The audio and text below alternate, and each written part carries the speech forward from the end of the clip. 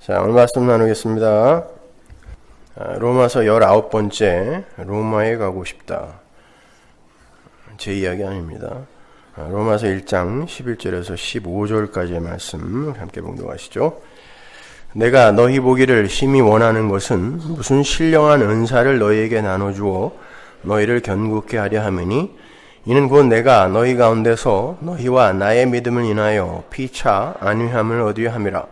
형제들아, 내가 여러 번 너희에게 가고자 한 것을 너희가 모르기를 원치 아니하노니 이는 너희 중에서도 다른 이방인 중에서와 같이 열매를 맺게 하려 함이로되 지금까지 길이 막혔도다. 헬라인이나 야만인이나 지 있는 자나 어리석은 자에게 다 내가 빚진 자라. 그러므로 나는 할 수 있는 대로 로마에 있는 너희에게도 복음 전하기를 원하노라. 아멘. 이번 한국 집회 기간 동안에 무려 3교회에서 집회를 가졌습니다. 기대하지 않았는데 의외로 반응이 아주 좋았어요. 그리고 짬짬이 서울 강북 모임, 강남 모임, 전북 모임, 경남 모임 등의 여러 서머나 인터넷 가족 모임에 참석을 해서 질문도 받고 토론도 하고 했습니다. 그분들의 그 진지한 눈망울이 아직도 눈에 선합니다. 그리고 멀리 일본에서, 뉴질랜드에서 일부러 휴가를 내서 집회에 참석을 해주신 여러분들과 이야기를 나누기도 했어요. 역시 시간 가는 줄 모르는 즐거운 시간이었습니다. 복음만을 나누는데. 그러는 와중에 제 마음속에서 튀어나와서 마치 화두처럼 떠나지 않았던 그런 단어가 희망과 묵시였어요. 묵시는 곧 완료입니다. 하나님의 일하심. 기실 서문화교회를 시작하면서 우리 개척 멤버들의 마음속을 가득 메웠던 것은 희망이 아니라 절망이었습니다. 특히 담임 목사인 저는 서문화교회가 이렇게 오래 지속될 거라고 기대하지 않았어요. 기복주의와 성공주의, 그리고 신비주의와 실용주의, 인본주의와 이기주의로 떡칠이 되어버린 왜곡된 기독교의 현실 속에서 과연 누가 이러한 자기 부인과 십자가와 고난의 설교를 이해할 수 있으며 과연 누가 그 말씀 안에서 평안과 기쁨을 느낄 수 있을까?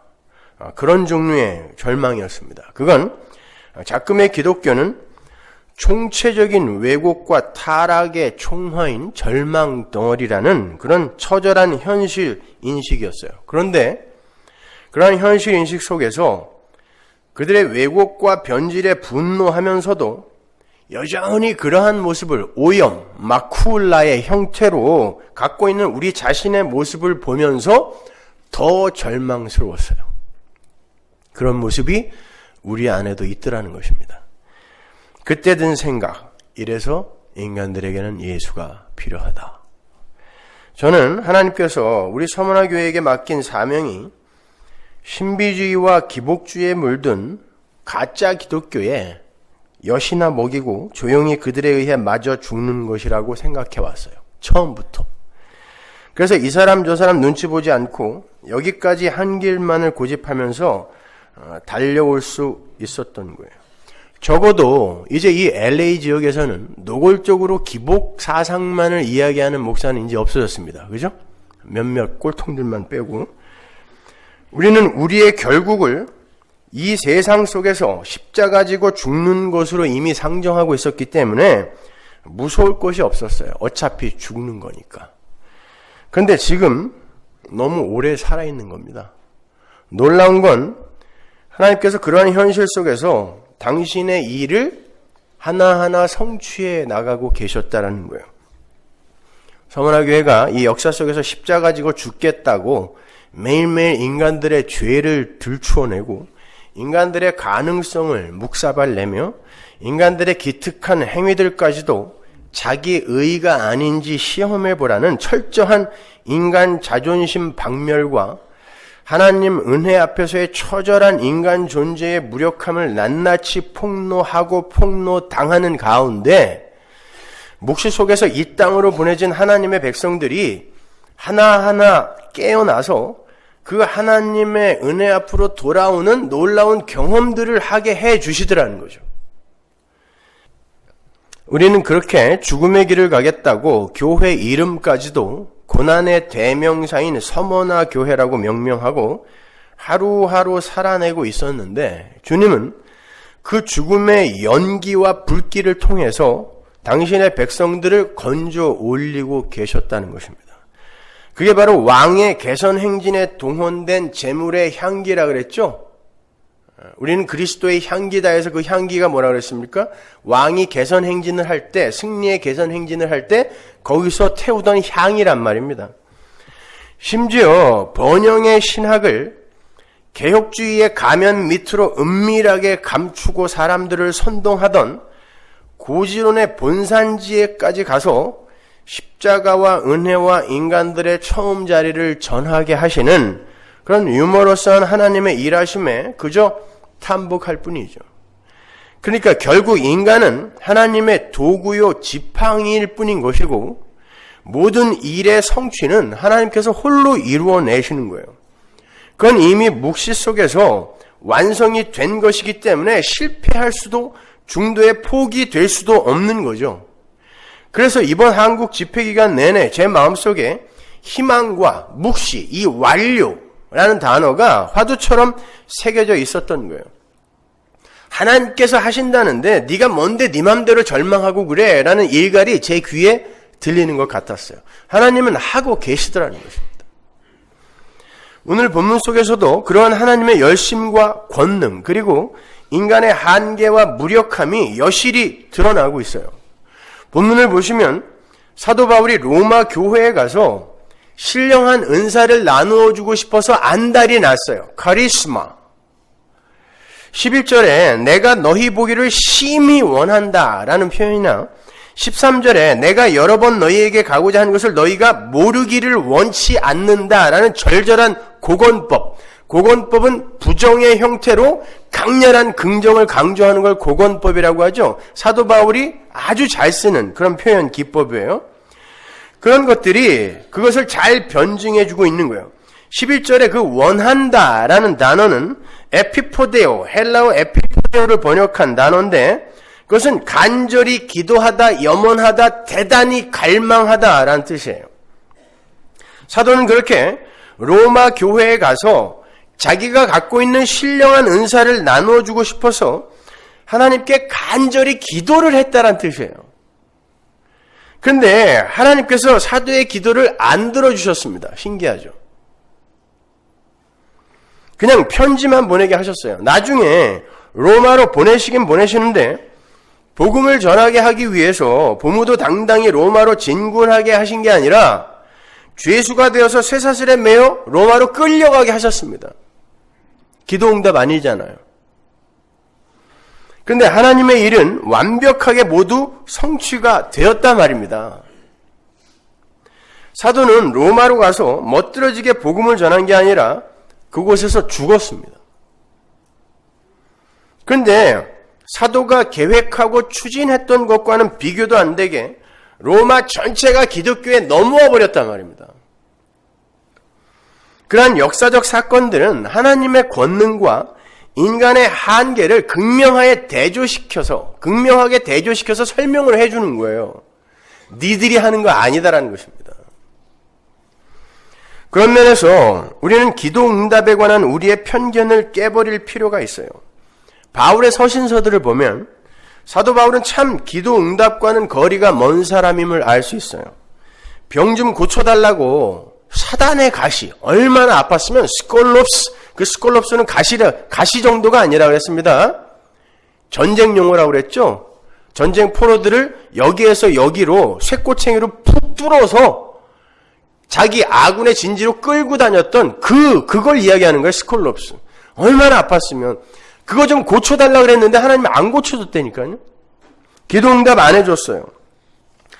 그런가 하면 오늘 본문에서 뿐만 아니라 다른 곳에서도 바울이 열심히 기도하면서 가려고 했던 길을 수시로 막으셨던 것을 볼 수 있어요. 사도행전 16장 6절 보세요. 성령이 아시아에서 말씀을 전하지 못하게 하시거늘 부르기아와 갈라디아 땅으로 다녀가 무시아 페르로 비두니아로 가고자 애쓰되 예수의 영이 허락지 아니하시는지라. 보세요. 사도 바울은 어떤 계획과 뜻을 가지고 계속 어떤 일을 하려고 하는데 성령이 막으신다니까요. 오히려 기도 응답을 해주는 게 아니라 막아요.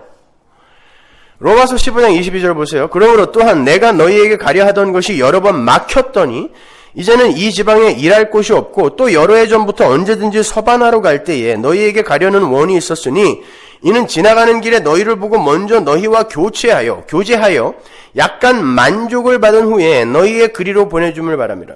보세요. 심지어 아시아에서의 전도 사역이 더 이상 할 일이 없을 만큼 진행이 되었어요. 근데도 하나님께서 바울의 기도에 응답을 안 하시더라는 것입니다. 이제 여기서 할 일이 없으니까 가게 해달라는데 막아버리더라니까요. 데살로니가전서 2장 18절 보세요. 그러므로 나 바울은 한 번, 두 번 너희에게 가고자 하였으나 사단이 우리를 막았도다. 보신 것처럼 하나님은 바울의 기도에 잘 응답하지 않으셨어요. 그냥 하나님의 뜻대로, 하나님의 계획대로 당신의 일을 성취해 가세요. 그렇게 하나님은 당신의 계획을 인간의 기도에 의해서 바꾸시거나 변개하지 않으십니다. 보좌를 흔드는 기도 그런 거 없습니다. 사도도 흔들지 못한 보좌를 누가 흔들겠다는 거예요. 사기당하지 마세요. 그렇다면 하나님은 왜 우리에게 기도를 하게 하시는가? 성도의 기도는 자신의 이루고자 하는 일을 이루거나 되고자 하는 것을 성취하는 것을 1차적 목적으로 하는 것이 아니라 하나님의 영광 앞에 항복하는 것의 첫 번째 목적이 있어요. 그게 역사와 인생의 목적이기도 하고요. 성도는 그렇게 만사가 내 기도대로 이루어지지 않고 하나님의 뜻대로 이루어지는 것을 보면서 하나님의 위대하심과 그분의 신실하심을 인정하게 되는 거고, 곧 그게 선이며 그것이 곧 참이라는 것을 자각하는 자기 부인의 과정을 통과하는 거예요. 옛날 우리 자랄 때 한번 생각해 보세요. 우리가 원하는 걸 우리 부모가 다 들어줬다면 여러분들 만신창이 됐을 겁니다. 근데 부모가 알아서 막을 거 막고 들어줄 거 들어주면서 이만큼 자란 거잖아요. 하나님도 똑같단 말입니다. 우리가 원하는 걸 보좌를 우리가 막 흔든다고 해서 야 어지러워 그만해 이렇게 해서 들어주는 분이면 그게 무슨 하나님입니까? 육신의 부모도 안 그러는데 어떻게 하나님이 그러겠냐고요. 그건 기독교가 아니라 무당 잡교인 거예요. 그런 면에서 성도의 기도는 너무 응답이 잘 되면 안 돼요. 여전히 육적 자아를 소유하고 있는 인간에게서 나오는 계획과 뜻이 뭐 그렇게 대단히 건전한 게 있겠습니까? 그럼에도 불구하고 기도 응답이 척척 되는 건 뭔가 수상한 거예요. 사도들은 기도 응답을 제대로 못 받았다는 것을 절대로 잊으시면 안 됩니다. 이제 사도가 그토록 열심히 로마에 가려고 했던 이유가 무엇인지 한번 보세요. 본문 11절을 보시면 사도는 로마 교회에 신령한 은사를 나누어 주어서 그들을 견고케 하려고 했다 그래요. 그게 사도가 로마에 가려고 했던 첫 번째 이유입니다. 도대체 그 신령한 은사라는 것이 무엇이기에 그것으로 로마 교회가 견고케 될 수 있는가? 예언, 방언, 신유은사 이런 걸까요? 그 밑에 나와요. 15절 보세요. 그러므로 나는 할 수 있는 대로 로마에 있는 너희에게도 뭘? 복음 전하기를 원하노라. 이게 신령한 은사입니다. 그렇다면 로마 교회에 복음이 없었다는 말인가요? 아니잖아요. 우리 8절에서 확인했잖아요. 이미 그들의 믿음이 온 세상에 전파되고 있었단 말입니다. 그런데 무슨 복음을 전한다는 거예요? 11절을 보시면 그 첫 번째 이유가 나오는데 그것이 견고케 하기 위함이에요. 그 단어는 공고히 세우다, 굳건하게 다지다, 강하게 하다라는 뜻이에요. 그러니까 믿음은 공고히 다지고 굳건하게 할 필요성이 있다라는 거죠. 사도는 이제 막 생긴 로마 교회를 공고히 세우고 굳건하게 다질 필요가 있다라고 생각했던 거예요. 왜 그런 작업이 필요했는가? 로마 교회는 사도들에 의해서 세워진 교회가 아니에요. 로마 교회는 오순절 성령 강림 때 회심을 한 로마 거주인들이 로마로 돌아가 세운 교회예요. 사도행전 2장에 보면 로마 사람들이 거기 있었죠.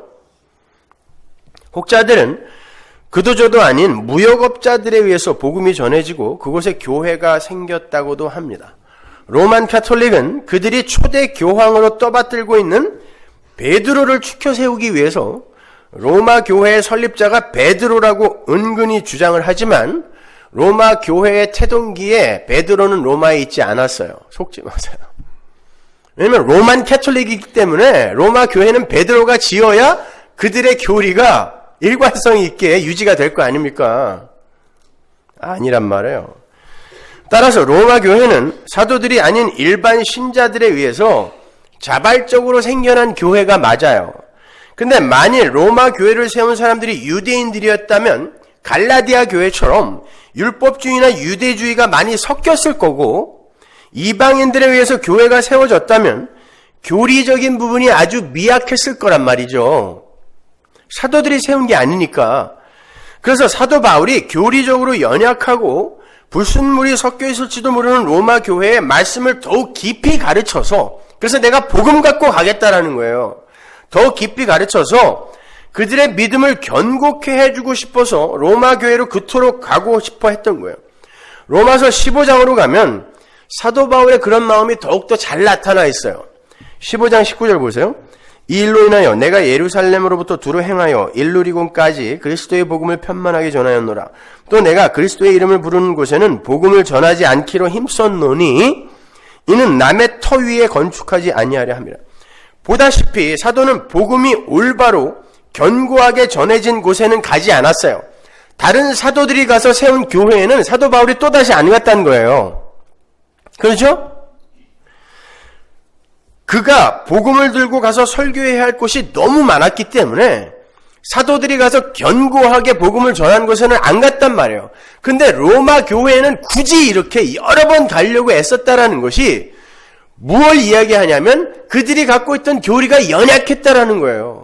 그래서 여러분은 말씀을 열심히 배워야 되는 거예요. 한번 구원받으면 끝, 이게 아니라니까요. 엉뚱한 데 가서 앉아있으면 안 돼요. 맨날 지 이야기나 하고 지 간증이나 하는 데 가서 앉아있으면, 성경을 이야기하지 않는 곳에 가서 앉아있으면 여러분이 잘할 수가 없어요. 견고케 될 수가 없단 말입니다. 그래서 쓰여진 게 바로 이 로마서란 말이에요. 그러니까 로마서가 얼마나 중요하겠어요. 교리를 확고하게 하기 위해서 쓴 편지가 이 편지니까. 로마서 15장 14절을 보세요. 내 형제들아, 너희가 스스로 선함이 가득하고 모든 지식이 차서 능히 서로 권하는 자임을 나도 확신하노라. 나 알아. 이미 너희들이 예수 믿는다는 거 알아. 그러나 내가 너희로 다시 생각나게 하려고, 보세요. 이게 아주 중요한 단어예요. 다시 생각나게 하려고 하나님께서 내게 주신 은혜를 인하여 더욱 담대히 대강 너희에게 썼다라는 거예요. 이 로마서를 왜 썼냐면 내가 가고 싶은데 가서 할 얘기가 많은데 못 가게 함으로 내가 너희들에게 할 이야기를 쓴 거야. 근데 어떻게 썼냐면 여기 대강이라고 번역된 이 단어는 메노스, 대충이라는 단어가 아니라 어떤 부분에서란 뜻이에요. 어떤 부분에서는 내가 아주 강렬하게 쓴, 너희들에게 이 복음을 쓴 이유가 뭐냐면 너희들이 갖고 있는 그 복음을 더욱더 견고하게 하고 상기시키기 위해서, 다시 생각나게 하기 위해서 내가 이 편지를 쓴 거야 라고 이야기한단 말이에요. 그러니까 사도가 로마에 가고 싶어 했던 첫 번째 이유가 뭐예요? 그들의 교리를 더욱더 공고하게 말씀으로 다져주기 위해서 가려고 했던 거란 말입니다. 우리는 여기에서 하나님의 말씀의 지속적인 학습과 공급의 수유의 중요성을 알 수 있는 거예요. 그리고 성도에게는 분명 성숙의 과정이 존재한다는 것도 알 수 있어요. 연약함과 견고함, 분명히 다른 거잖아요.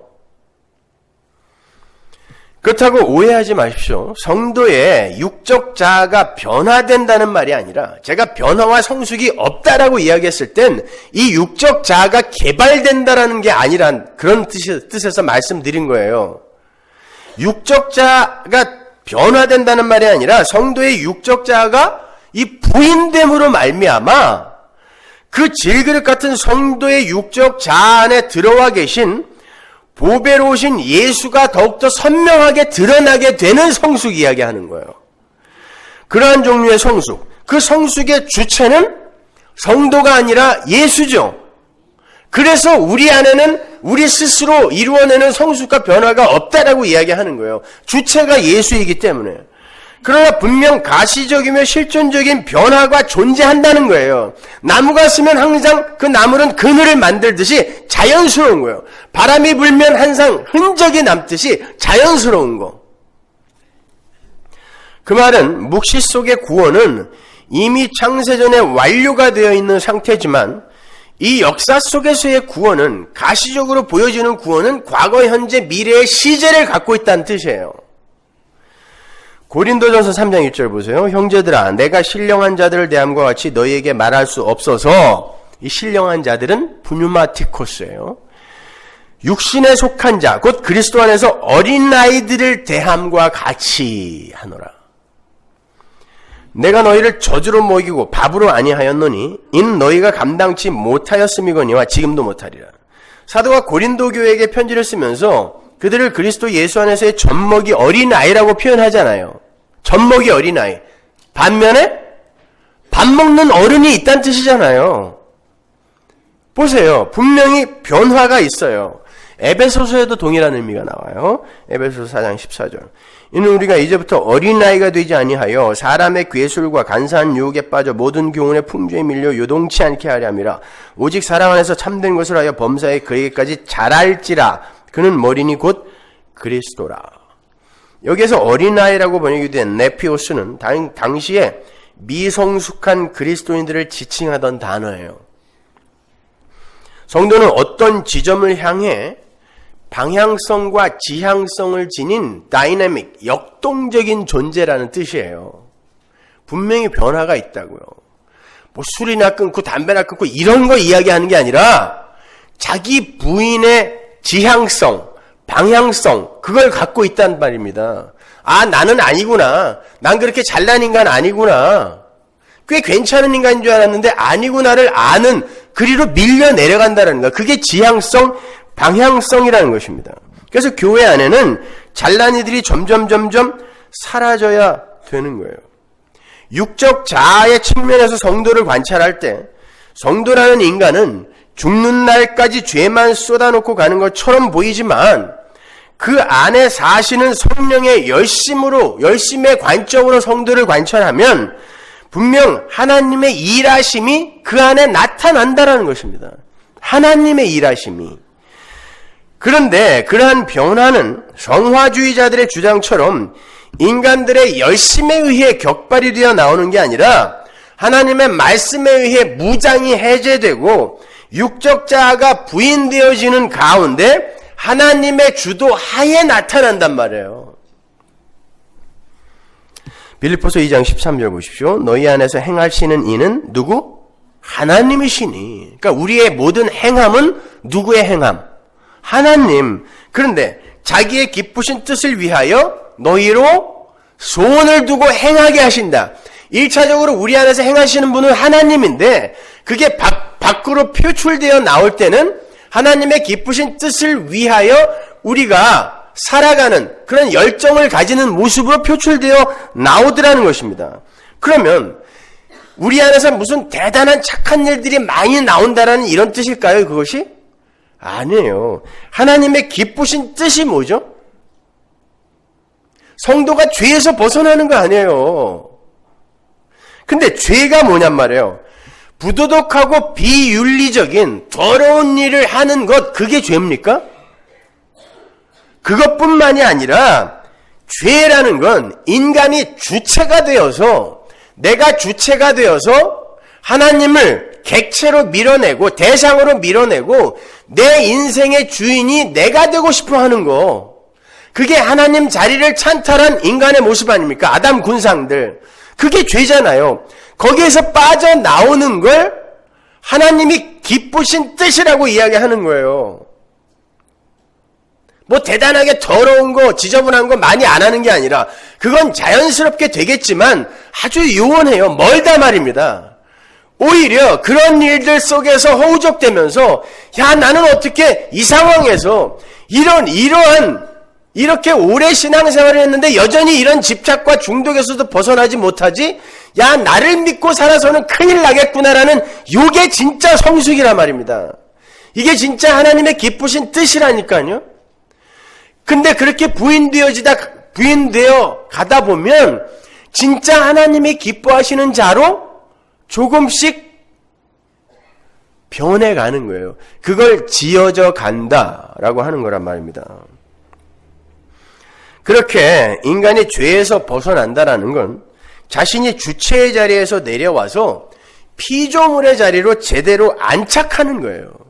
근데 그 피조물이 창조주의 보좌를 흔들어요? 생각을 좀 하세요, 제발.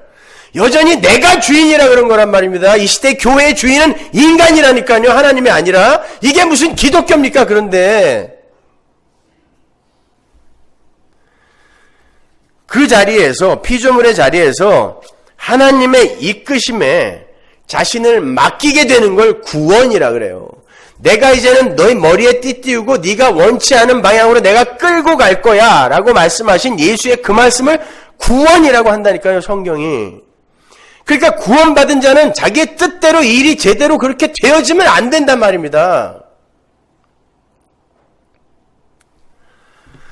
따라서 성도가 하나님의 기쁘신 뜻을 위해서 소원을 두고 행한다는 건 착한 일을 많이 한다는 뜻이 아니라 자신의 주체성과 자아 실현의 야망을 버리는 쪽으로 밀려 내려간다는 뜻이에요. 그게 하나님의 기쁘신 뜻대로 행하는 거예요. 그게 선이에요. 그게 죄에서 벗어난 하나님의 기쁘신 뜻을 염원하는 삶입니다. 그걸 다른 말로 믿음의 삶이라 그래요. 믿음이라는 것은 삶의 주체가 나에게서 대상에게로 옮겨지는 거죠. 그렇잖아요. 나에 대한 신뢰가 무너지고 타자의 도움이 절실한 그런 자신의 실존을 올바로 자각하게 된 그 상태에서 다른 타자에게 나라는 존재를 맡기는 걸 믿음이라고 하잖아요. 내가 나를 믿는데 왜 다른 일을 믿어요? 그러니까 믿음이라는 단어의 전제는 철저한 자기 부인이란 말입니다. 그것이 하나님이 기뻐하시는 행위, 진짜 성화란 말이에요. 그것이. 우리가 이제는 거의 외우는 예수님의 말씀을 다시 한번 확인하고 가겠습니다. 요한복음 6장 27절부터 29절. 썩는 양식을 위하여 일하지 말고 영생하도록 있는 양식을 위하여 일하라. 이 양식은 인자가 너희에게 주리니 인자는 아버지 하나님의 인치신 자니라. 저희가 묻되 우리가 어떻게 하여야 하나님의 일을 하오리까? 뭐가 하나님의 일인지 보세요. 예수께서 대답하여 가라사대 하나님의 보내신 자를 믿는 게 하나님의 일이니라. 착한 일 많이 하는 게 성도의 일이 아니라 예수를 믿는 게 하나님의 일이란 말입니다. 내 안에서는 착한 일이 요만큼도 나올 수가 없는 거군요. 이걸 오히려 먼저 자각하고 내 안에서 착한 일을, 선한 일을 시작하시고 완료하시는 예수를 의지하고 믿는 거. 그래야 내 욕심대로 내가 안 살게 될 거 아닙니까? 그때 진짜 선이, 착한 일이 나온단 말입니다. 예수를 믿는다는 건 나라는 존재와 그 존재에게서 나오는 모든 행위에 대한 불신과 부정이 전제된 거예요. 그렇게 하나님은 당신네 백성들에게 믿음을 주시는 순간 그들의 모든 행위들을 차압해 버리세요. 이제는 우리의 행위는 없는 거예요. 왜? 십자가에서 죽었다며요.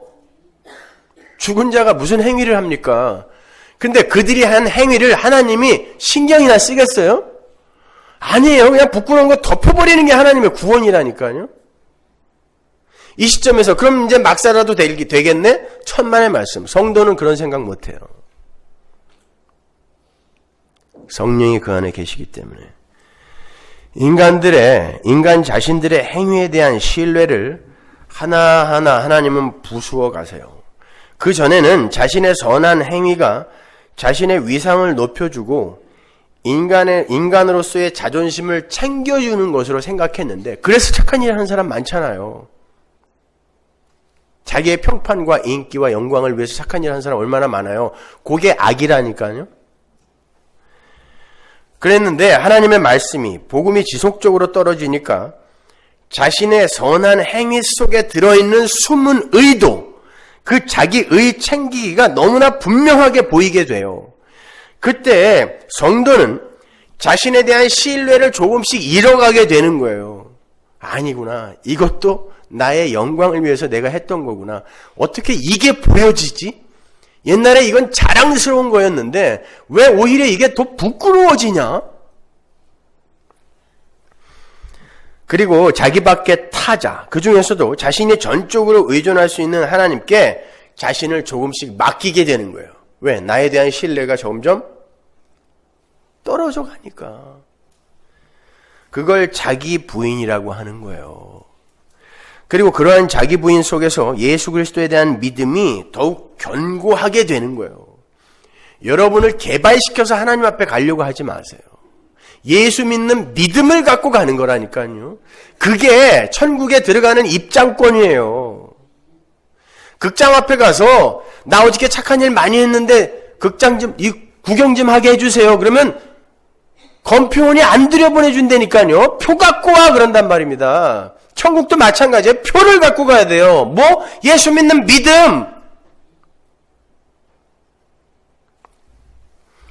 그걸 성숙이라 그래요. 예수를 얼마나 많이 신뢰하느냐. 그 말은 그만큼 나에 대한 신뢰가 떨어졌다는 뜻이잖아요. 그러한 성숙의 결과로는 세상과 역사를 바라보는 안목의 변화와 가치관의 변화 등이 나타나게 돼요. 세상을 다르게 본단 말이에요. 물론 거기에서 격발이 되는 행동 양식의 변화도 나타나죠. 그게 신령한 복음에 의해 견고케 되는 거예요. 복음 금방 받았을 때 얼마나 기고만장해요. 사람들이 전부 신학교 가야 될 것 같잖아. 에? 여기도 한 3분의 1은 다 신학교 다니죠 지금. 막 기고만장이에요. 근데 바울이 복음 갖고 가서 그걸 차근차근 밟아주는 거예요. 너 아냐. 그걸 견고케 한다 그래요. 들고 뛰면서 전부 신학교 보내는 게 견고케 하는 게 아니라 너 아니라니까. 이게 견고케 하는 거란 말입니다. 사도 바울이 에베소를 떠나면서 에베소 교회 장로들에게 부탁하신 말씀을 보면 하나님의 복음만이 성도를 견고케 하는 유일한 도구임이 명확하게 나와요. 사도행전 20장 29절 보세요. 내가 떠난 후에 흉악한 이리가 너희에게 들어와서 그 양떼를 아끼지 아니하며 또한 너희 중에서도 제자들을 끌어 자기를 쫓게 하려고 어그러진 말을 하는 사람들이 일어날 줄을 내가 아노니. 보세요. 사도 바울이 세운 교회인데, 그리고 수년간을 가르친 교회인데도 사도 바울이 알았어요. 너희들 금방 넘어갈 거야. 금방 넘어갈 거야. 제 마음이에요. 안타까운 마음. 아무리 여러분이 잘 배우고 많이 안다고 해도 금방 넘어갑니다. 뭐라고 이야기하는지 보세요. 그러므로 너희가 일깨어 내가 3년이나 밤낮 쉬지 않고 눈물로 각 사람을 훈계하던 것을 내가 전해준 그 말씀을 기억하라. 기억하라. 지금 내가 너희를 주와 및 그 은혜의 말씀에게 부탁하노니에요. 말씀이 살아있는 것처럼 이야기하잖아요. 말씀에게 부탁하노니 그 말씀이 너희를 능히 든든히 세우사 견고케 한다는 거예요. 거룩해 하심을 입은 모든 자 가운데서 기업이 있게 하시리라. 뭐가? 말씀이. 다른 거 필요 없어요. 무슨 프로그램들, 뭐 제자훈련 과정, 말씀 가르쳐주는 제자훈련 오케이. 교회에서 써먹으려고 종 만드는 제자훈련 그거 다 필요 없어요. 말씀을 가르쳐야 돼요. 말씀만이 그들을 든든히 세울 수 있다라고 이야기하잖아요. 에베소 교회에게 직접 보낸 편지에도 나타납니다. 에베소서 3장 17절. 믿음으로 말미암아 그리스도께서 너희 마음에 계시게 하옵시고 너희가 사랑 가운데서 뿌리가 박히고 터가 굳어져서 점점 굳어져야 된다는 거예요. 능히 모든 성도와 함께 지식에 넘치는 그리스도의 사랑을 알아. 그리스도의 사랑이 뭐? 복음. 사랑을 알아. 그 넓이와 길이와 높이와 깊이가 어떠함을 깨달아 점점 알아야 된다는 거죠. 깨달아 하나님의 모든 충만하신 것으로 너에게 충만하게 하시기를 구하노라. 그리스도의 십자가의 사랑, 즉 복음을 알게 되면, 그게 창세전 언약이잖아요. 복음을 알게 되면 그 사랑의 넓이와 길이와 높이와 깊이의 어떠함을 깨닫게 되어서 점점 이렇게 깊은 거야, 이렇게 긴 거야 알아서 뿌리가 박히고 터가 굳어지게 된다는 거예요. 뭘 알아야? 그리스도의 사랑을 알아야, 은혜를 알아야, 말씀을 공부해야. 이게 바로 견고케 됨이에요. 저는 가끔 우리 청년들의 블로그나 홈피에서 그들의 글을 읽습니다. 그들의 글 속에서 성숙과 변화의 진위가 무엇인지를 분명히 볼 수 있어요. 7년 전 교회가 시작된 무렵 그들이 쓴 글과 요즘 그들의 글을 비교해보면 하늘과 땅 차이예요. 글 속에는 반드시 그 당시 필자의 세계관과 가치관과 인생관이 담기게 돼요. 7년 전에 우리 청년들의 글 속에는 세상에 대한 치기 어린 낙관과 야망과 꿈과 비전이 듬뿍 담겨 있었어요. 근데 요즘의 글들을 읽어보면 올바른 자아인식, 그러니까 올바른 자신의 처음 자리 인식과 죽은 흙의 모습, 인간의 무력함과 무능함, 그렇게 집착하던 세상 것들에 대한 포기와 절연, 교묘하게 은폐시켜두었던 자아의 폭로. 옛날엔 그런 거 없었어요. 어떻게 해서든지 자기를 위장하고 감추어서 내가 잘난 인간이라는 걸 드러내려고 했는데 요즘은 안 그렇다라는 거예요. 어떻게 하면 자신을 근사하게 포장을 할까에 글에 초점이 있던 아이들이 지금은 거기에서 자유롭게 해방이 되어 있더라는 것입니다. 이걸 성숙이라 그래요. 이걸 견고케 됨이라고 하는 거예요. 자신이 스스로를 볼 때에는 뭐 별로 변한 것도 없고 여전히 이기적이고 여전히 집착과 중독에 빠져서 허족되고 있는 것처럼 보이지만 분명 그들의 세계관과 가치관과 인생관이 변한 거잖아요.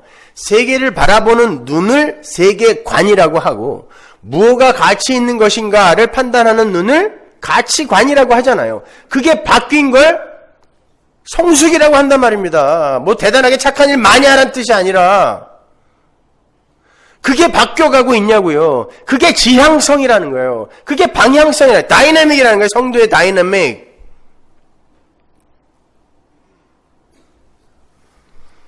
점점 더 예수의 은혜만을 의지하는 자로 바뀌어 가야 돼요. 분명 그러한 성도 안에서의 변화와 성숙은 하나님의 주도하에 이루어져요. 그러나 나타난단 말입니다. 그렇게.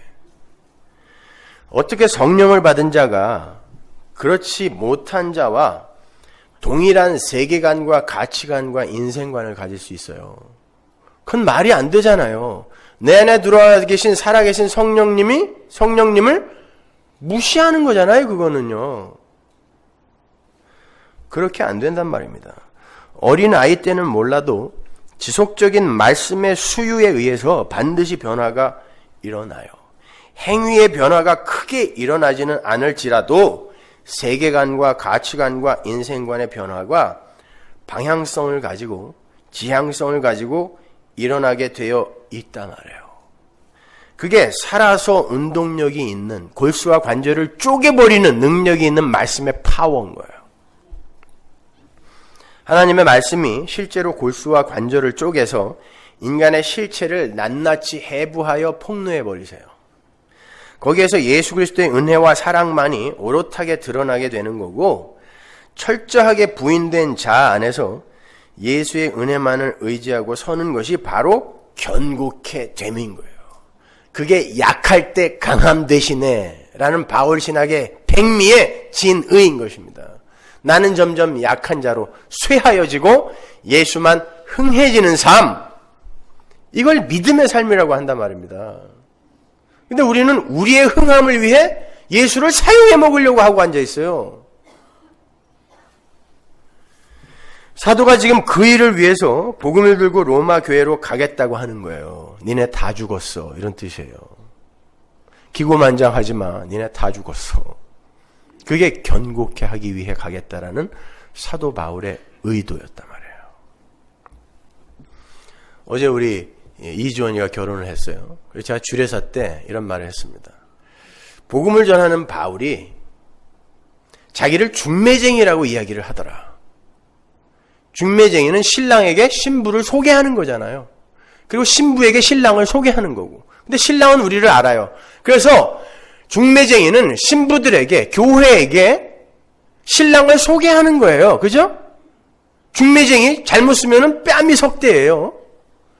그런데 그 중매쟁이가 소개하는 신랑의 면모를 한번 보세요. 학력, 무학, 외모, 연한 숨 같고 싫어 버림받은, 사람들이 얼굴을 돌렸어요. 너무 못생겨서. 재산, 전셋집은커녕 머리 둘 곳도 없어. 아버지? 누군지도 몰라요. 사생자예요. 직업, 옛날엔 목수노릇 좀 하더니 지금은 실업자야. 이런 남편을 누가 중매쟁이가 소개한다고 생각해 보세요.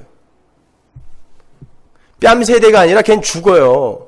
너 나 무시하는 거야? 이렇게. 그런데 이 중매쟁이의 중매를 듣고 그 신랑을 그래요, 그래도 괜찮아요 하고 붙을 수 있는 자가 누구겠어요?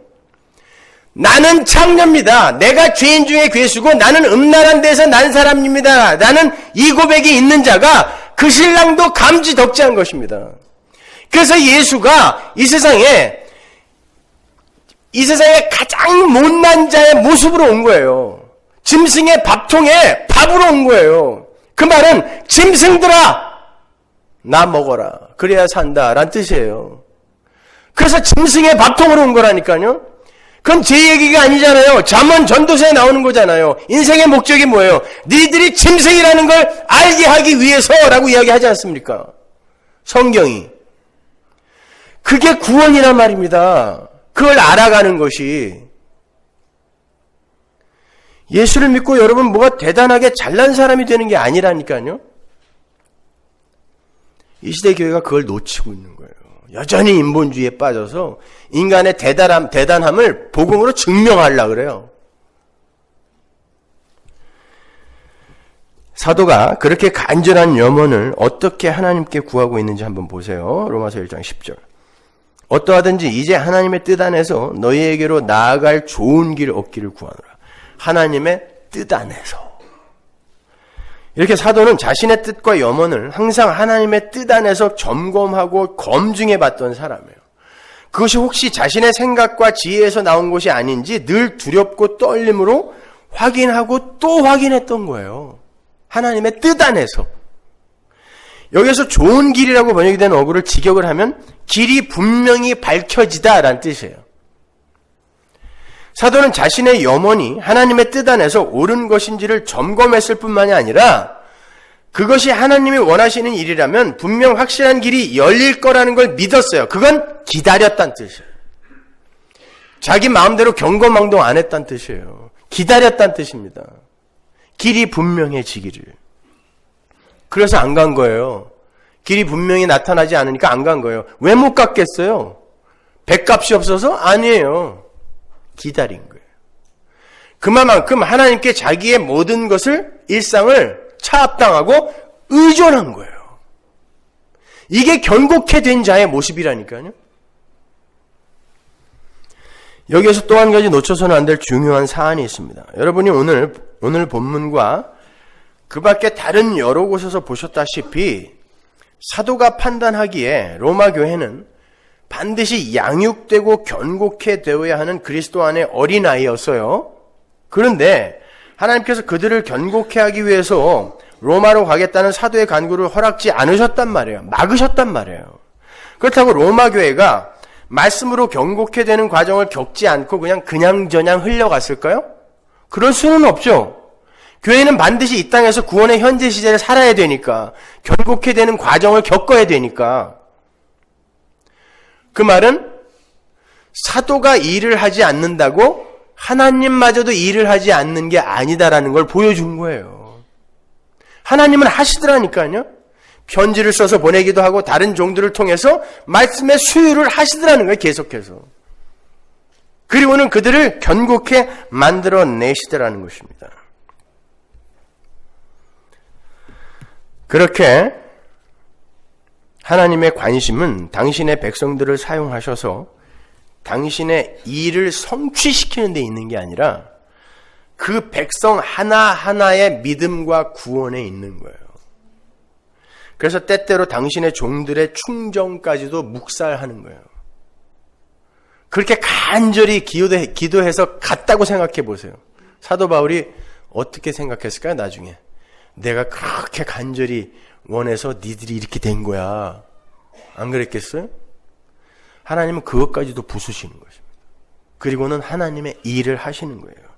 그리고 하나님 나라에 올라가면 뭐라 그럴까요? 네가 그때 기도해서 내가 그렇게 한 거야. 이게 하나님의 마음이라니까요. 데살로니가전서 2장 17절 보세요. 형제들아 우리가 잠시 너희를 떠난 것은 얼굴이요 마음은 아니니 너희 얼굴 보기를 열정으로 더욱 힘썼노라. 그러므로 나 바울은 한 번, 두 번 너희에게 가고자 하였으나 사단이 우리를 막았도다. 하나님은 이렇게 마귀까지도 사용하셔서 인간들의 무력함과 불가능함을 가르치세요. 교훈하세요. 마귀까지도 하나님의 도구라니까요. 마귀는 하나님과 전쟁하는 존재가 아니에요. 마귀는 피조물이란 말입니다. 어떻게 창조주와 피조물이 전쟁을 해요? 창조주라는 단어 자체가 피조물을 언제든지 후 불어서 사라지게 할 수 있는 존재란 말이에요. 그러니까 이솝 이야기 수준으로 성경을 제발 이해하지 마시란 말입니다. 교회만 오면 왜 뇌를 집에다 두고 오세요? 생각을 하라니까. 무슨 말만 하면 무조건 아멘이야. 아니 자기 생업의 현장이나 다른 곳에 가서는 그렇게 잔머리도 잘 부리면서 왜 여기만 오면 머리를 안 쓰려고 그래요? 난 공부를 하세요. 그렇게 속다가 지옥 갑니다. 그놈하고 같이. 성경에서 예수님이 하신 말씀 아니에요. 그거는 제가 하는 말이 아니라. 자, 사도 바울은 그렇게 번번이 자신의 계획과 뜻이 무산되는 경험을 함으로 해서 자신이 대단한 자격과 조건을 갖추어서 하나님께 쓰임받는 것이 아니라 하나님께서 지팡이로 그냥 써주는 것임을 깨달은 거예요. 우리 사사기에서 배웠잖아요. 지팡이는 하나님의 하시는 일을 그냥 가리키는 거예요. 하나님이 하셨다? 이렇게. 복음 전하는 게 뭐라 그랬어요? 왕의 식탁에서 대단한 걸 얻어먹은 자가 저기 가면은 밥이 있는데 이렇게 가르쳐 주는 거라 그랬죠? 그게 복음 전하는 거예요. 지가 갖고 가서 나눠주는 게 아니라. 그러한 사도의 경험이 이러한 고백을 하게 했어요. 고린도전서 15장 9절. 나는 사도 중에 지극히 작은 자라. 내가 하나님의 교회를 핍박하였으므로 사도라 칭함을 받기에 감당치 못할 자로라. 그러나 나의 나된 것은 하나님의 은혜로 된 것이니 내게 주신 그의 은혜가 헛되지 아니하여 내가 모든 사도보다 더 많이 수고하였으나 내가 아니요 오직 나와 함께 하신 하나님의 은혜로라. 여러분 이 고백할 수 있냐고요? 대단하게 개뿔이나 요만한 거 해놓고도 내가 했다라고 우기고 싶은 게 우리 아닙니까? 이 자리로 견고케 되어지는 거라니까요. 이게 말씀에 의해서 가능한 거란 말입니다. 로마서 15장 17절 보세요. 그러므로 내가 그리스도 예수 안에서 하나님의 일에 대하여 자랑하는 것이 있거니와 그리스도께서 이방인들을 순종케 하기 위하여 나로 말미암아 말과 일이며 표적과 기사의 능력이며 성령의 능력으로 역사하신 것 외에는 내가 감히 말하지 아니하노라. 말, 이적, 표적, 가르침 다 누가 했다는 거예요? 성령의 능력으로 하나님이 하셨다는 거예요. 말까지도요. 그래서 자기는 자기의 학식이나 지식 이런 거 하나도 안 썼다 그랬어요. 가말리알의 수제자였다니까요. 근데 그걸 전혀 사용하지 않았다는 거예요. 한번 에베소 가서 사용해봤죠. 야, 내가 철학, 인문학 니들보다 공부 많이 했어. 그리고 그냥 쫙 풀었더니 어떻게 됐어요? 실패했어요. 그래서 뭐라 그래요? 내가 십자가 이외에는 아무것도 이야기하지 않을 거야. 그 자리로 내려가는 것입니다. 그래서 사도는 자기의 뜻과 계획이 사단에 의해 막히는 것처럼 보일지라도 조급해하지 않거나 하나님을 원망하지 않을 수 있었던 거예요. 왜? 어차피 내가 하는 거 아니니까. 하나님이 하실 거면 사단이 아니라 사단 헤레비가 와도 하나님이 하실 거고, 하지 않을 거면 어떻게 해서든지 막을 것이다라는 것을 사도가 알았어요. 내일 아니라는 걸 알았다니까요. 두 번째로 사도가 로마 교회에 그토록 가고 싶어 했던 이유는 본문 12절에 잘 나타나 있습니다. 12절 보세요. 이는 곧 내가 너희 가운데서 너희와 나의 믿음을 인하여 피차 안위함을 얻으려 함이라. 이 피차에다 동그라미 치셔야 돼요. 이 쉼파라 칼레오라는 단어는 서로 위로하대요. comfort together. 서로. 놀랍지 않아요? 사도는 지금 로마 교회를 위로해 주러 가겠다는 게 아니라 나는 니들한테 위로받으러 갈 거야 라고 얘기하는 거예요. 뭐 이렇게 멀리까지 가서 위로를 받아요? 왜 그랬을까요? 보세요. 디모데후서 1장 15절. 사도가 얼마나 외롭고 고립되어 있었는지 한번 보세요. 아시아에 있는 모든 사람이 나를 버린 이 일을 네가 아나니 그 중에 부겔로와 허무게네가 있느니라. 아시아에서 그렇게 죽도록 복음을 전했는데 모든 사람이 나를 버렸다. 사도는 자기가 개척한 교회에서 전부 쫓겨났어요. 너 뭐냐고. 왜 예수만 이야기하냐고. 그런데 다른 복음 갖고 온 놈들은 너희들이 그렇게 잘 받아들이니? 이게 갈라디아서 아닙니까? 얼마나 외롭겠어요? 외로웠겠어요? 얼마나 외로웠으면 모든 사람이 나를 버렸다라고 이야기하겠습니까? 디모데후서 4장 10절. 데마는 이 일을 사랑하여 이 세상을 사랑하여 나를 버리고 데살로니가로 갔고 그레스게는 갈라디아로 디도는 달마디아로 갔고 누가만 나와 함께 있느니라. 네가 올 때에 마가를 데리고 오라. 저가 나의 일에 유익하니라. 내가 처음 변명할 때에 나와 함께한 자가 하나도 없고 다 나를 버렸으나 저에게 허물을 돌리지 않기를 원하노라. 아무도 자기 편에 서서 변론을 안 해주더라는 거예요. 다 도망가더라는 거예요. 예수님의 그 삶을 그대로 경험하며 사는 거예요, 이 사람이요. 그런데 저기 알지도 못하는 로마에 교회가 생기고 거기에서 믿음을 가진 이들이 있다라는 것을 알자 가서 만나보고 싶은 거예요, 이 사람이요. 위로받고 싶어서. 위로받고 싶어서. 이 마음을 아세요? 위로받고 싶어서. 만나고 싶어서. 이렇게 복음을 사는 이들은 세상 사람들로부터 고립을 당하게 돼요. 그리고 버림받습니다. 근데 세상과 아무런 충돌이 없죠? 너무 친하잖아요. 세상에 나가면 내가 그리스도인 것을 아무에게도 알리지 말라. 다 이순신이야. 그러니까 세상이 우리를 대하여 충돌할 이유가 없어요. 잘못 사는 겁니다. 세상은 예수를 미워하여 죽여버렸던 것처럼 그 예수가 남기고 간 예수의 형제들을 똑같이 미워해야 옳아요. 아니, 미운 짓거리 해서 미움받는 거 말고 대부분 그런 미움을 받더라고요. 인터넷에 올라오는 거 보면 죄다 그냥 개독교인이라는 말 들어도 싸요. 그런 거 말고 예수 믿는 믿음으로 말미암아 미움받는 미움. 그 미움 맞냐고요, 여러분. 그러니 얼마나 하나님의 하늘에서 보시기에 한탄스럽겠습니까? 오늘날 교회가. 그건 예수님의 예언이었잖아요. 너희들 분명히 세상이 너희를 미워할 거라고. 그러나 그들이 너희를 미워하는 게 아니라 나를 먼저 미워하여 버렸으므로 너희들도 똑같은 취급받는 거야 라고 얘기했잖아요. 예수님이. 그렇게 외롭고 고달픈 신앙의 여정 속에서 나와 한 길을 가고 있는 참 신앙인들을 만난다는 것보다 더 큰 위로는 없어요. 이번 한국 집회 동안에 일본에서 일부러 휴가를 내서 오신 임모모 장로님이 계셨거든요. 박모모 장로님과 그분들의 그 신변 안전을 위해 실명은 밝히지 않겠습니다. 당시 경기고등학교와 서울법대를 졸업하신 분들. 그 당시에 최고예요. 말씀 안에서 얼마나 겸손하고 어린아이처럼 되셨는지 말이죠. 딴 건 다 그냥 네 맘대로 하세요예요. 다 장로님들이신데도. 근데 이 말씀이 잘못 전해지는 것에 대해서는 분노하고 참지 못하는 분들. 그분들과 이야기를 나누는데 밥도 같이 먹었어요.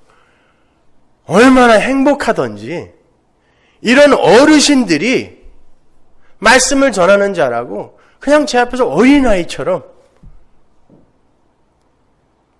말씀은 사람을 그렇게 변화시키는 거예요. 여러분, 일본에서 휴가를 내서 한국에 와서 숙소를 정하고 거기서 집회에 다 참석하고 가는 그 일이 쉬울 것 같으세요?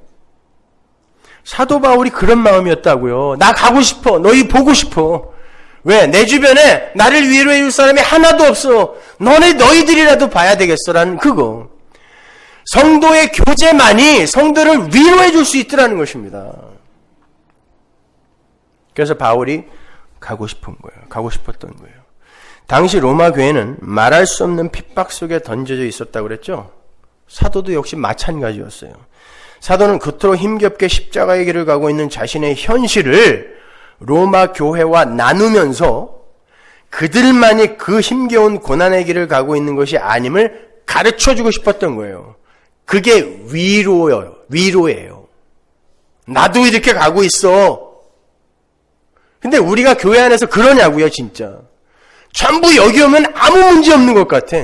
나는 그냥 예수 잘 믿어서 모든 일이 만사형통인 것처럼 보이고 싶죠. 그러니까 전부 여기 오면 연극하는 거예요. 난 괜찮아. 우리 부부 괜찮아.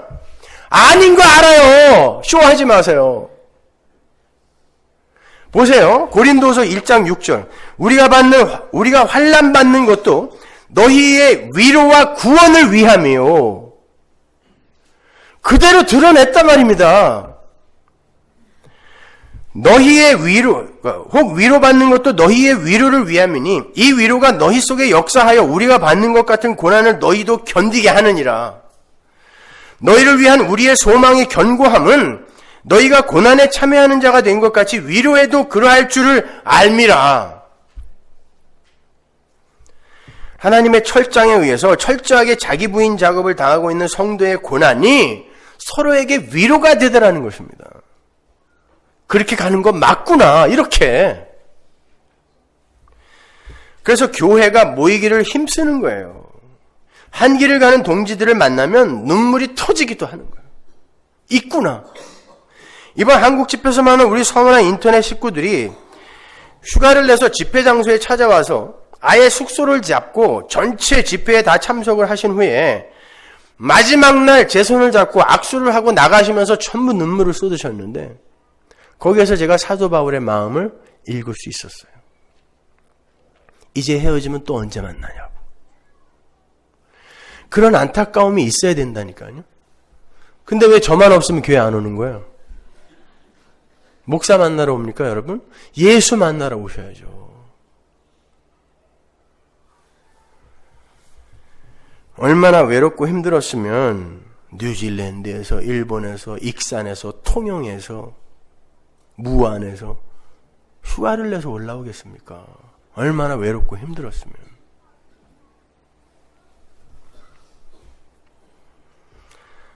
나만 남아서 이렇게 외로운 길을 가고 있는 줄 알았는데 여기도 있고 저기도 있고 거기도 있구나. 수천 명이 모여서 앉아있는데 서로 얼굴을 보면서 그렇게 좋아할 수가 없어요. 있구나. 저 설교를 듣는 사람들이 이렇게 있구나. 다 튀어나갈 줄 알았는데 아니, 앉아있구나.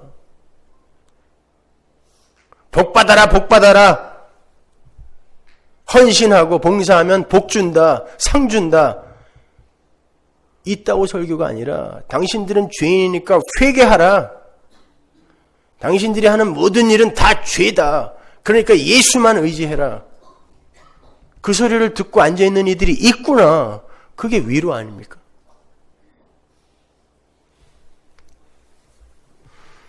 사도도 그렇게 위로가 필요한 사람이었어요. 하물며 여러분은 어떻겠어요? 그래서 오늘 설교 제목을 제가 로마에 가고 싶다라고 정한 거예요. 여러분 모두가 로마에 가고 싶어야 돼요. 위로받으러. 그리고 내가 가진 것으로 그들을 견고케 해주기 위해 가고 싶어야 돼요. 만나고 싶어야 돼요. 그게 사도의 심정이었단 말입니다.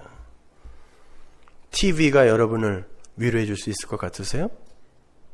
현빈이가 텔레비에서 튀어나오던가요? 하지원이 튀어나와요, 거기서?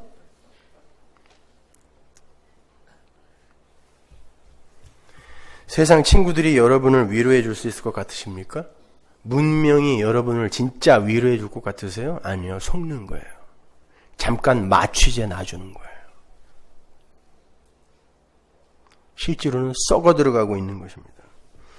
여러분이 성령을 받은 성도라면 여러분은 그러한 것들에게 오히려 미움을 받고 실망을 하셔야 맞아요.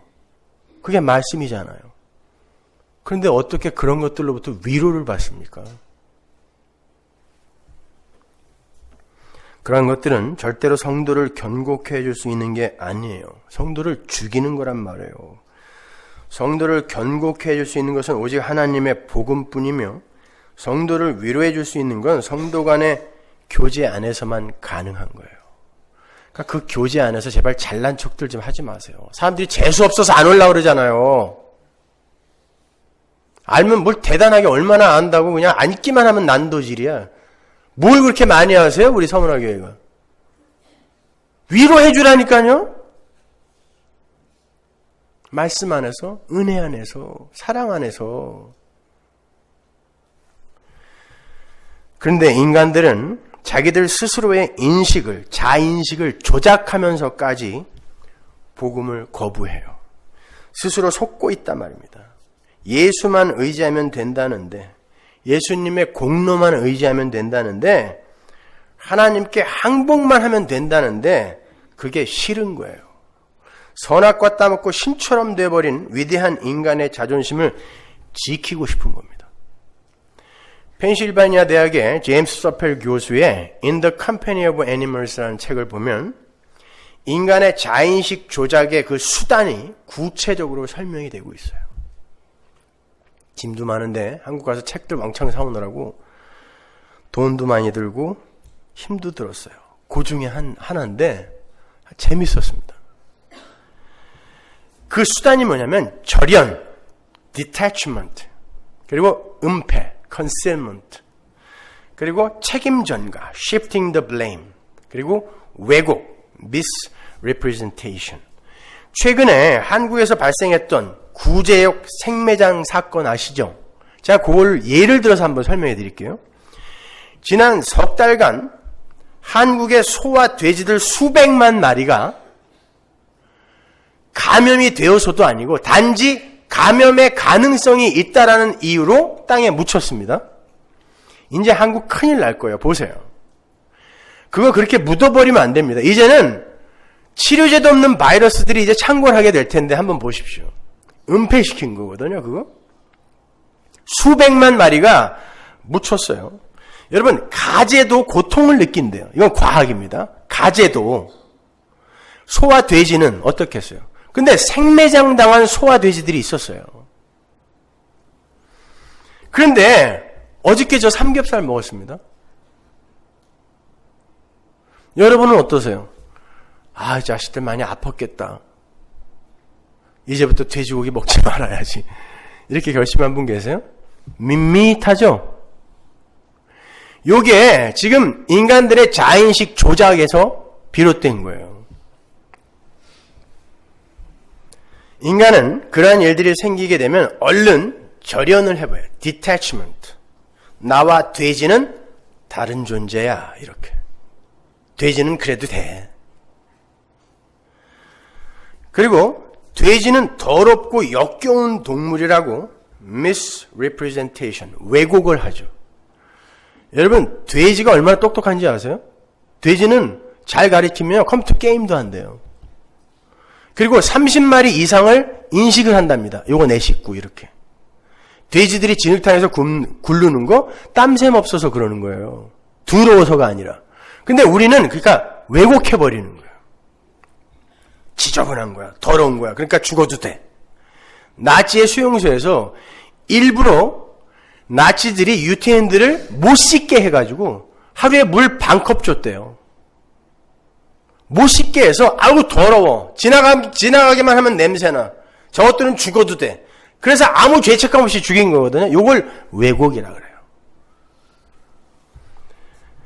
그러면서 굳이 여기 뭐 내가 퍼뜨린 건가? 책임 전가를 하는 거예요. Shifting the blame. 그리고는 얼른 그 증거물들을 묻어버리죠. 보기 싫다는 거예요. 그리고 깨끗하게 포장이 된 돼지의 형태를 전혀 추측할 수 없는 깨끗하게 포장된 다듬어진 돼지고기 상품, 이것으로 은폐를 해버리는 거예요. 먹을만하네, 이렇게. 스스로 자인식을 조작하는 것입니다. 이게 인간과 돼지와의 관계에서만 일어나는 왜곡이요 조작이면 괜찮은데, 인간과 인간 사이에서도 동일한 자인식의 조작과 왜곡이 벌어진다라는 게 문제인 거예요. 이게 인간이라니까요. 지금은 사회법이나 도덕과 윤리 등의 하나님의 일반 은총이 인간들을 붙들고 있어서 대량 학살은 자주 일어나고 있지는 않지만, 하나님께서 우주와 역사를 붙들고 계신 일반 은총을 확 빼버리시는 날, 인류는 서로를 대량 학살해서 땅에 생매장하는 일을 서슴지 않을 거예요. 실제로 인간들이 그런 일을 저지른 적이 있었잖아요. 지금은 왜 못해요? 도덕과 윤리와 사회법이 나를 지켜보고 있기 때문에 못하는 거지, 얼마든지 할 수 있는 존재가 인간이에요. 이러한 자인식의 왜곡과 조작을 통해서 지금 이 시간에도 리비아에서는 수천 명이 학살을 당하고 있습니다. 9/11의 현장에서 수만 명이 죽었어요. 쓰나미 현장에서 수십만 명이 죽었고, 지진의 현장에서 수십만 명이 죽었습니다. 근데 우리 감정은 이렇게 밋밋하죠? 이런 인식의 조작이 지금도 우리 안에서 일어나고 있는 거예요. 절연, 은폐, 왜곡, 책임 전가. 인간의 그 공감의 그릇은 그토록 작아요. 심지어 인간과 역사는 자신들의 그 잔인함을 근사한 행위들로 위장하기도 해요. 여러분, 인류 역사상 가장 포괄적인 동물보호법을 만들어서 반려동물뿐만이 아니라 일반 가축까지 끔찍이 사랑한 정부가 있어요. 대표적인 정부. 어딘 줄 아세요? 나치 독일입니다. 히틀러가 동물보호법을 제정했어요. 가축들 잔인하게 죽이면 안 돼요. 강제 수용소 갑니다. 가제? 제한된 시간이 있었어요. 고통 없이 빨리 죽이라는 거예요. 먹긴 먹되. 어류를 죽일 땐 반드시 마취제를 놓고 죽이게 되어 있었어요. 꽁치 한 마리 구워 먹으려면 마취제 놓고 죽여서 이렇게 먹어야 돼요. 이게 히틀러의 동물보호법이었다니까요. 괴링이라는 놈 아시죠? 그 놈이 연설한 것 중에 제가 일부를 발췌해왔는데, 동물은 유기체적 의미에서 생명체일 뿐만 아니라 각자의 삶을 살고 지각 능력을 부여받은 존재들이며 고통과 즐거움을 느끼고 충성심을 지닌 애정의 대상이다. 따라서 동물을 여전히 소유물로 취급해도 된다고 생각하는 자들은 강제 수용소로 보내버리겠다. 박애주의자 나신 거죠. 근데 요 연설을 한 그날 수용소에 가서 수천 명을 가스 실어서 죽였습니다. 이놈이. 이게 인간이라니까요. 자기들의 잔혹함과 더러움을 근사한 행위들로 위조하는, 조작하는 인간들, 그 속에서 무슨 위로를 얻습니까, 여러분이? 왜 그 속에 들어가서 허우적대고 있냐고요. 말씀 속으로 나오고 한길 가는 동료들, 그 교회 안으로 오시라니까요. 로마에 가고 싶다. 이게 이 문을 나서는 순간 여러분 귀에 이명현상처럼 들려야 돼요. 아, 보고 싶다. 말씀 듣고 싶다. 왜 다른 이들은 되는데 정작 이곳에 있는 이들이 안 되냐고요. 뭔가에 속고 있는 것입니다. 로마에 가고 싶다. 이것이 바울의 고백일 뿐만이 아니라 여러분의 고백이 되셔야 돼요. 기도하겠습니다. 하나님 은혜를 감사합니다. 아버지 하나님, 우리 안에서 뭐 대단하게 선한 게 나올 수 있겠습니까? 그래서 예수만 붙듭니다. 십자가만 의지합니다. 더욱더 그 십자가 뒤로 오롯이 감추어 주옵소서. 예수님의 은혜로 이름으로 기도합니다.